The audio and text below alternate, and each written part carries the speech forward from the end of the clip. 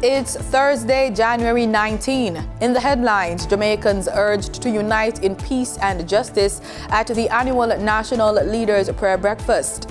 Agriculture Minister says more efficient production process needed for the coffee sector. Regionally, the Gaston Brown administration wins another term. Internationally, New Zealand's Prime Minister to step down. And in sports, we're on the pitch with cricket.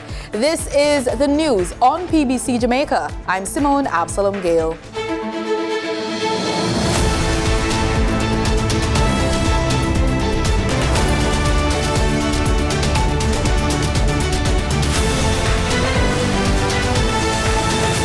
Leaders from across the country in all sectors came out in support of the annual prayer breakfast hosted in a hybrid fashion on Thursday, January 19 at the Jamaica Pegasus Hotel in Kingston.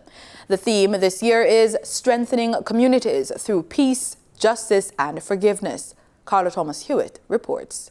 Jamaica is God's land, alluding to the first line in the national pledge, before God and all mankind.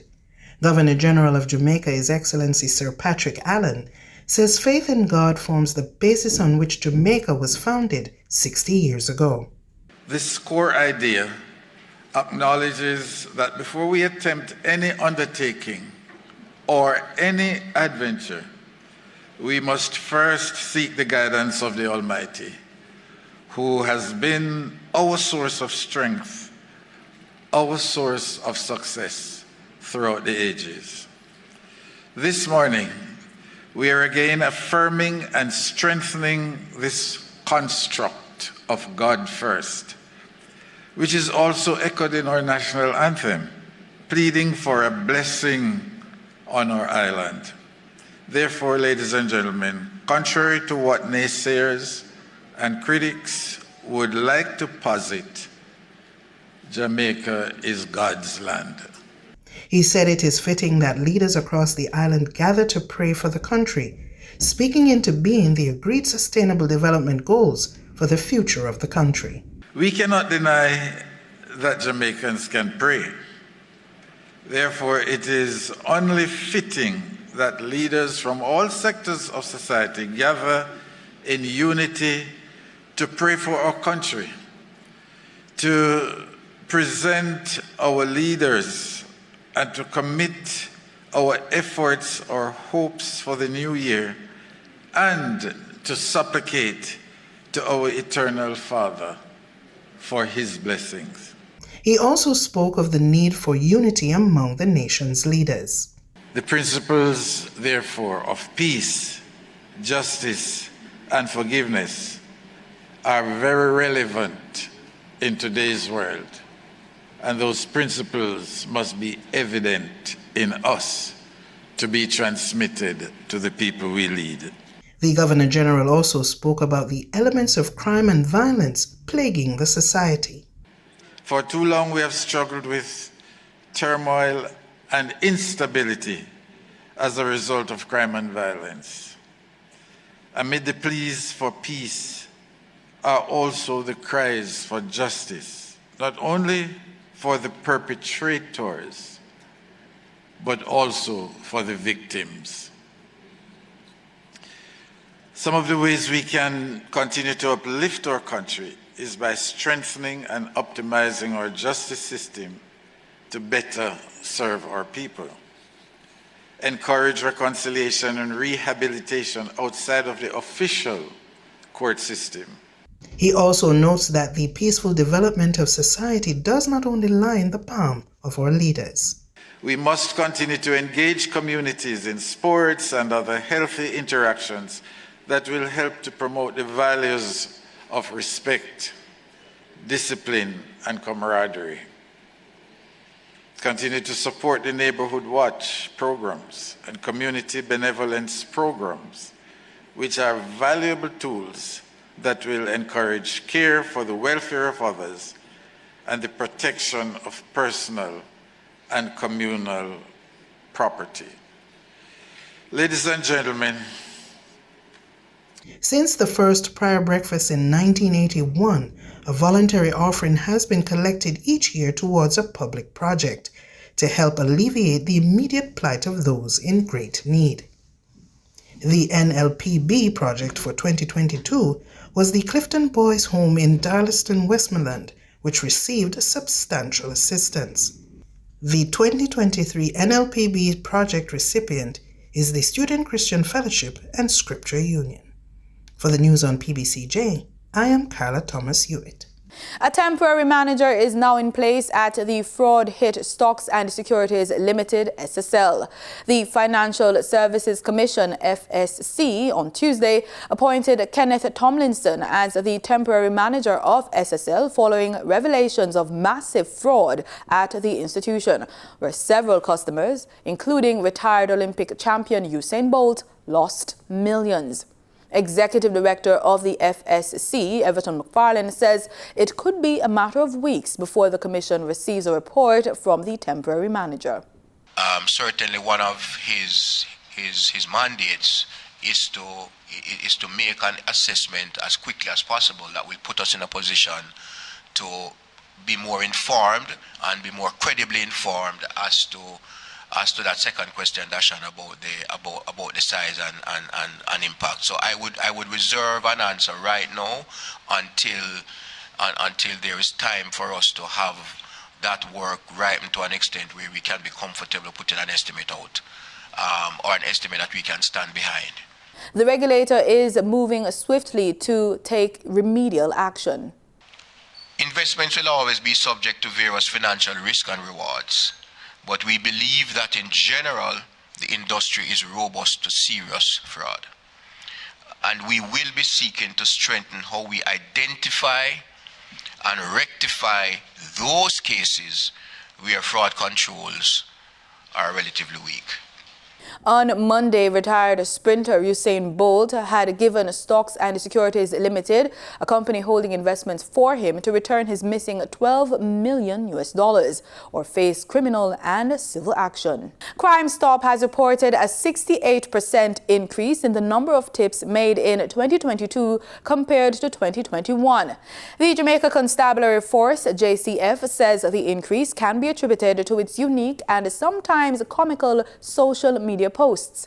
JCF shared statistics comparing reports made in both years in a series of posts on Twitter on Tuesday.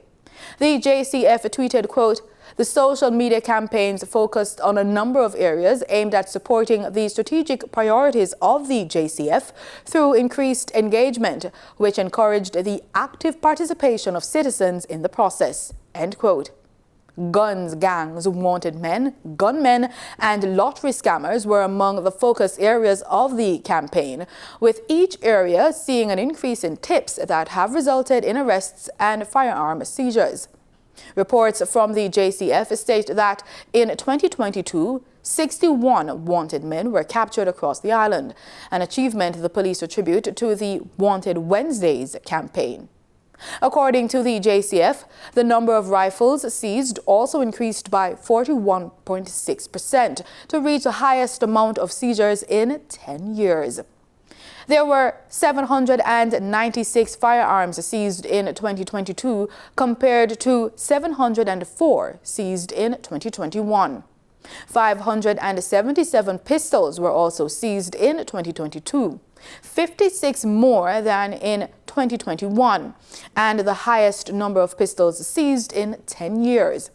Additionally, 15,000 rounds of ammunition were seized in various operations.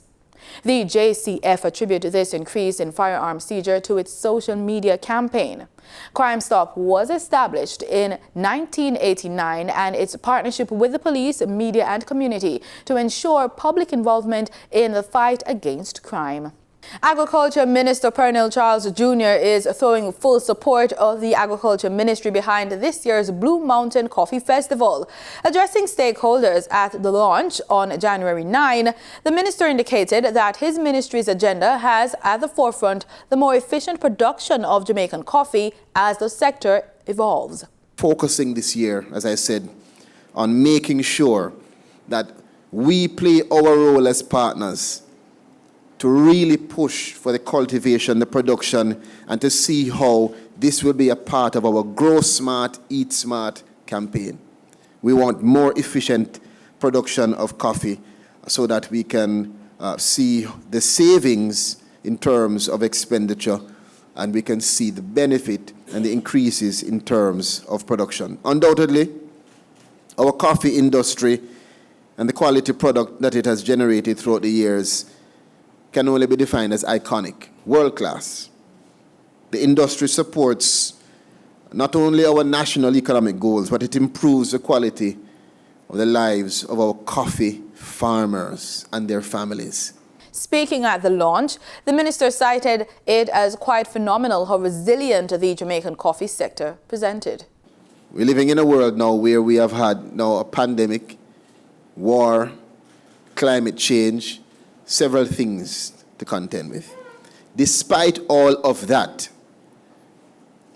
our farmers were able to produce, with our coffee producers as well, the highest level of domestic production ever, year after year, from 2020 coming up to 2022.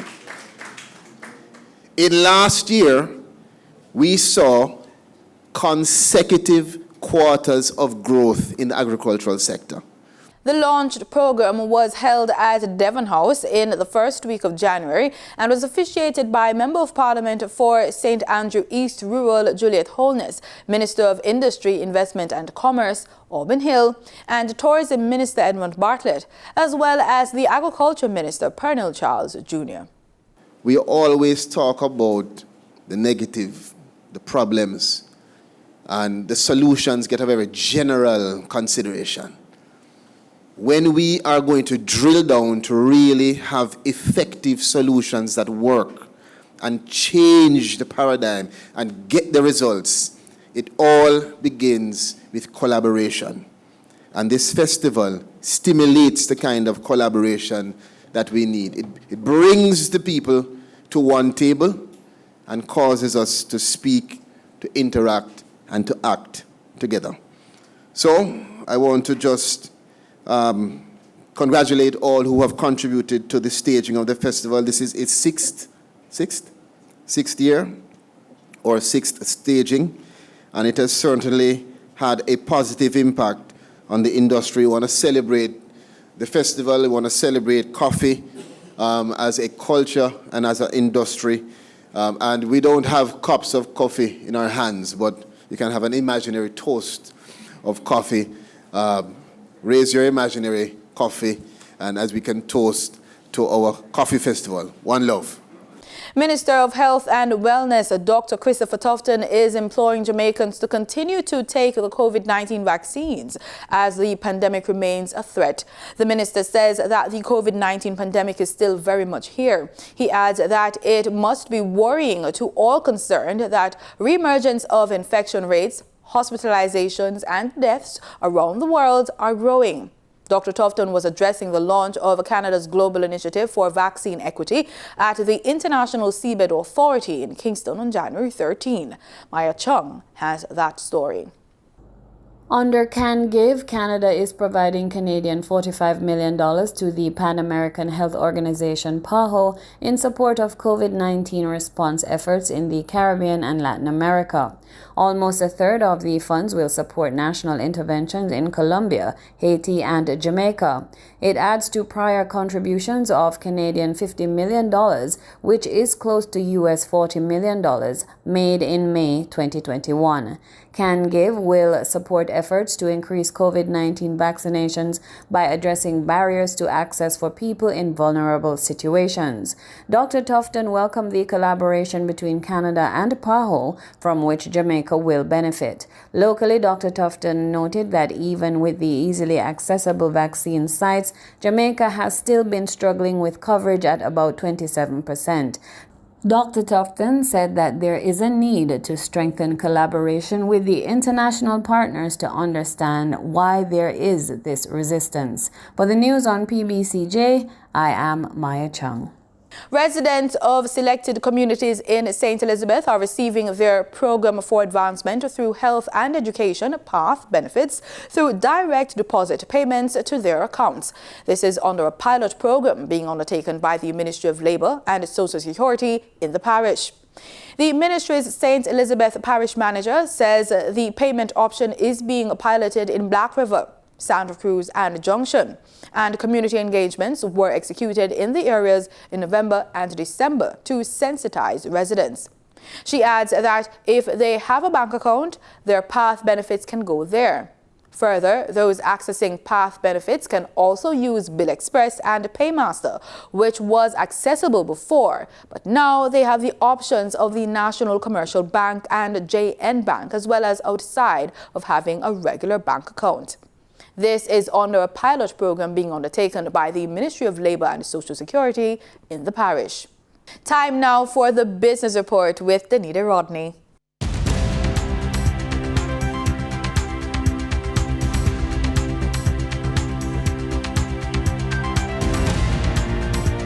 Motorists will see an increase at the pumps in the price of gasoline effective Thursday, January 19, according to the latest ex-refinery costs from Petrojam. With both grades of gasoline up by $4.50, 87-octane gasoline will sell for $163.41 per liter, while 90-octane gasoline will sell for $167.39 per liter. Continuing with the $4.50 increase, automotive diesel fuel will sell for $208.84 per liter, ultra-low sulfur diesel will sell for $216.76 per liter, and kerosene will sell for $214.54 per liter. After an increase of $3.06, propane liquid petroleum will sell for $65.05 per liter, and butane liquid petroleum will sell for $73.14 per liter. Remember that marketing companies and retailers will add their own respective markups to these prices. Speaking at their quarterly press briefing on Tuesday, Director General of the Statistical Institute of Jamaica, Carol Coy, says growth was recorded in all service industries, with hotels and restaurants having the highest growth percentage due to tourism. Growth was recorded in all services industries during the period when compared to the third quarter of 2021. Hotels and restaurants grew by 35.3% as a result of increased activities in the group's hotels and other short-stay accommodation and restaurants, bars, and canteens. The performance of hotels and other short-stay accommodation was positively impacted by a 49.2% increase in foreign national arrivals. There were increased arrivals from the major markets, the United States of America, Canada, and Europe. Director Coy also spoke of the other service industries that saw major growth for the third quarter of 2022. The other services industries increased by 13.1% due to growth in the recreational, cultural, and sporting activities and the other services sub-industries. The recreational, cultural, and sporting activities sub-industry benefited from the increase in stopover and cruise passengers' arrival, as well as the revocation of COVID-19 containment measures.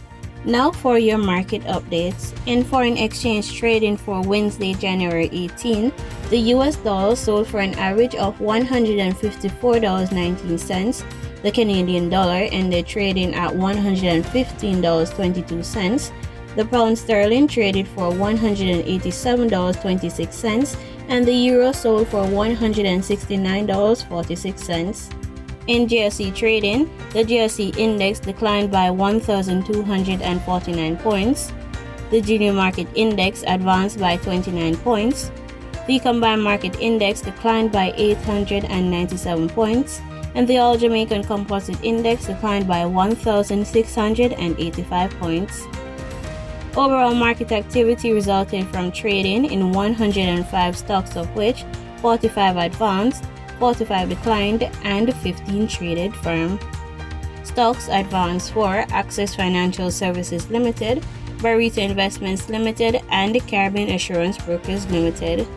Stocks declined for 138 Student Living Jamaica Limited, 138 Student Living Jamaica Limited Variable Preference, and AMG Packaging and Paper Company Limited. Trading firm were Epley 7.50% preference shares due 2024, Epley Limited 5% preference shares, and Equity Line Mortgage Investments Corporation preference shares. The overall volume leaders were Regency Petroleum Company Limited and One-on-One Educational Services Limited with over 1 million units, and Trans-Jamaican Highway Limited with over 900,000 units. In regional stocks, on the Trinidad and Tobago Stock Exchange, 0 securities traded. On the Barbados Stock Exchange, Government of Barbados Bond Series B was the volume leader with over 100,000 shares. They were followed by Epley Caribbean Property Fund Value Fund with over 10,000 shares, and the Cape Shepherd and Company Limited, which traded 8,000 shares. In market data for oil futures fell by about 1%, extending losses from the previous day. Brent crude futures lost 65 cents to $84.33 a barrel, while West Texas Intermediate crude futures declined 79 cents to $78.69 a barrel. And that was the business report on PBCJ. I'm Danita Rodney. In regional news, Prime Minister Gaston Brown led his ruling Antigua and Barbuda Labour Party, ABLP, to a nail-biting victory in Wednesday's general election. Preliminary results released early Thursday morning shows the party winning 9 of the 17 seats for a third consecutive term in office. According to Prime Minister Brown, who became the first government leader to win 3 consecutive general elections, the results will give the ABLP government the opportunity to realign. Gaston A. Brown, St. John's City West.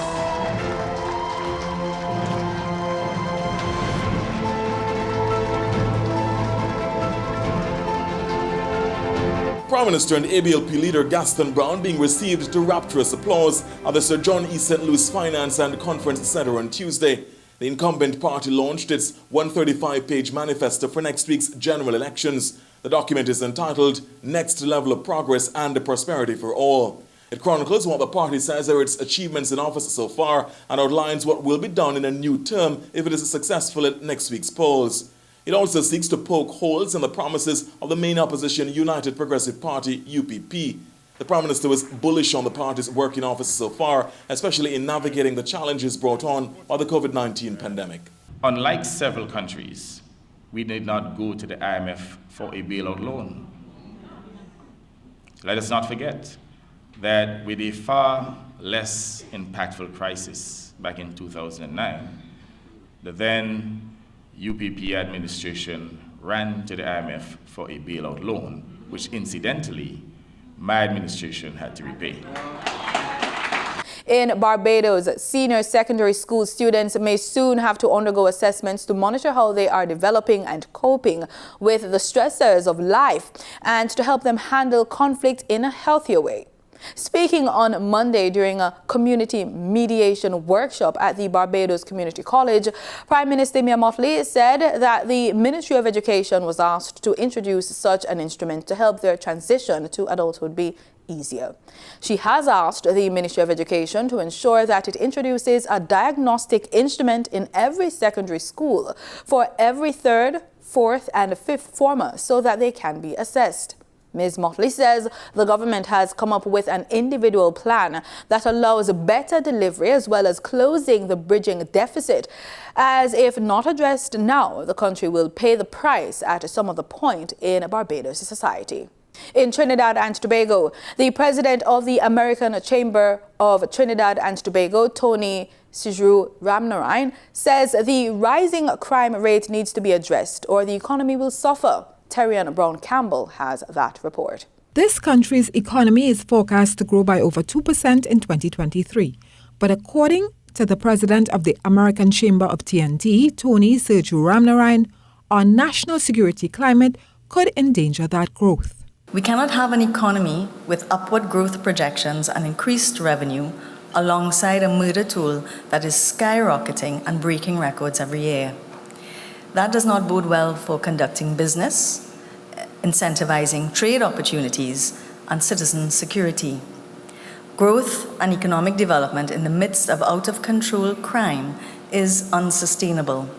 AmCham members participated in an annual Economic Pulse survey conducted by EY Caribbean.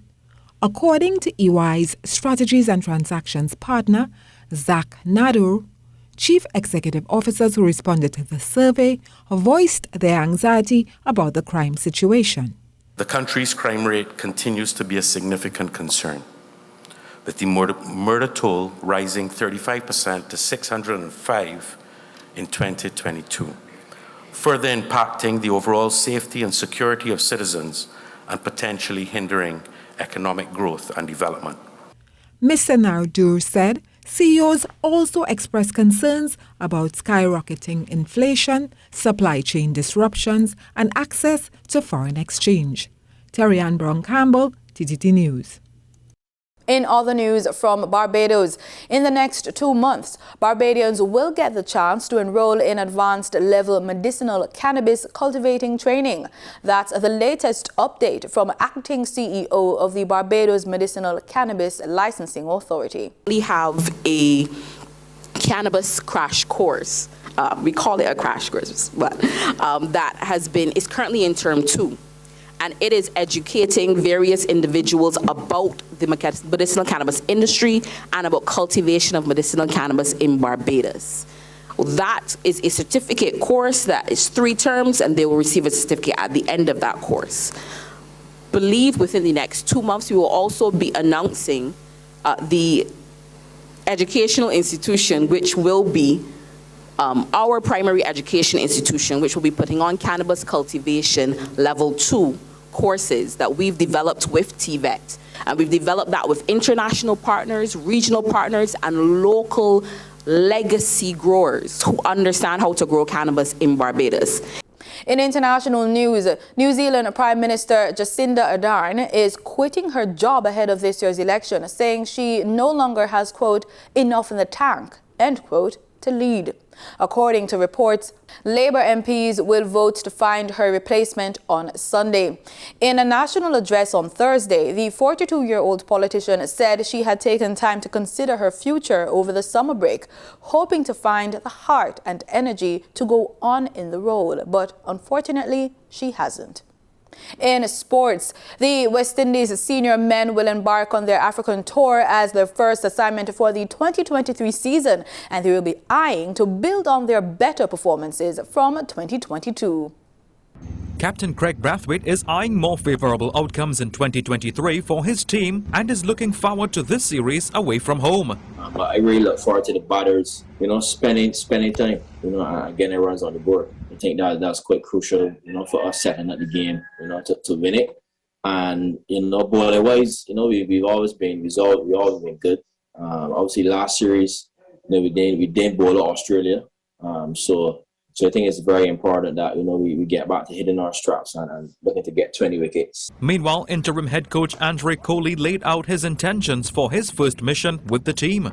Well, my immediate goal is to, as quickly as possible, build rapport with the players, the captain making sure that, we're heading in the right direction. I mean, we've already started those conversations, Craig and myself, in terms of how we will operate on the tours, and just be clear about how we want to approach things, inclusive of support staff and players. So really just having really clear and open communication about how we are looking to achieve the goals. The focus on me at the moment is really what's in front of me. So for the next 2.5 months it's really important, and that's the period that I've been engaged for. So it's really important that we're able to plan properly and give our best performances across the board. The first of 2 test matches against Zimbabwe will ball off on February 4th in Bulawayo. And that's the news on PBCJ. I'm Simone Absalom Gill. Thank you so much for making it PBCJ. Remember, we are the People's Station.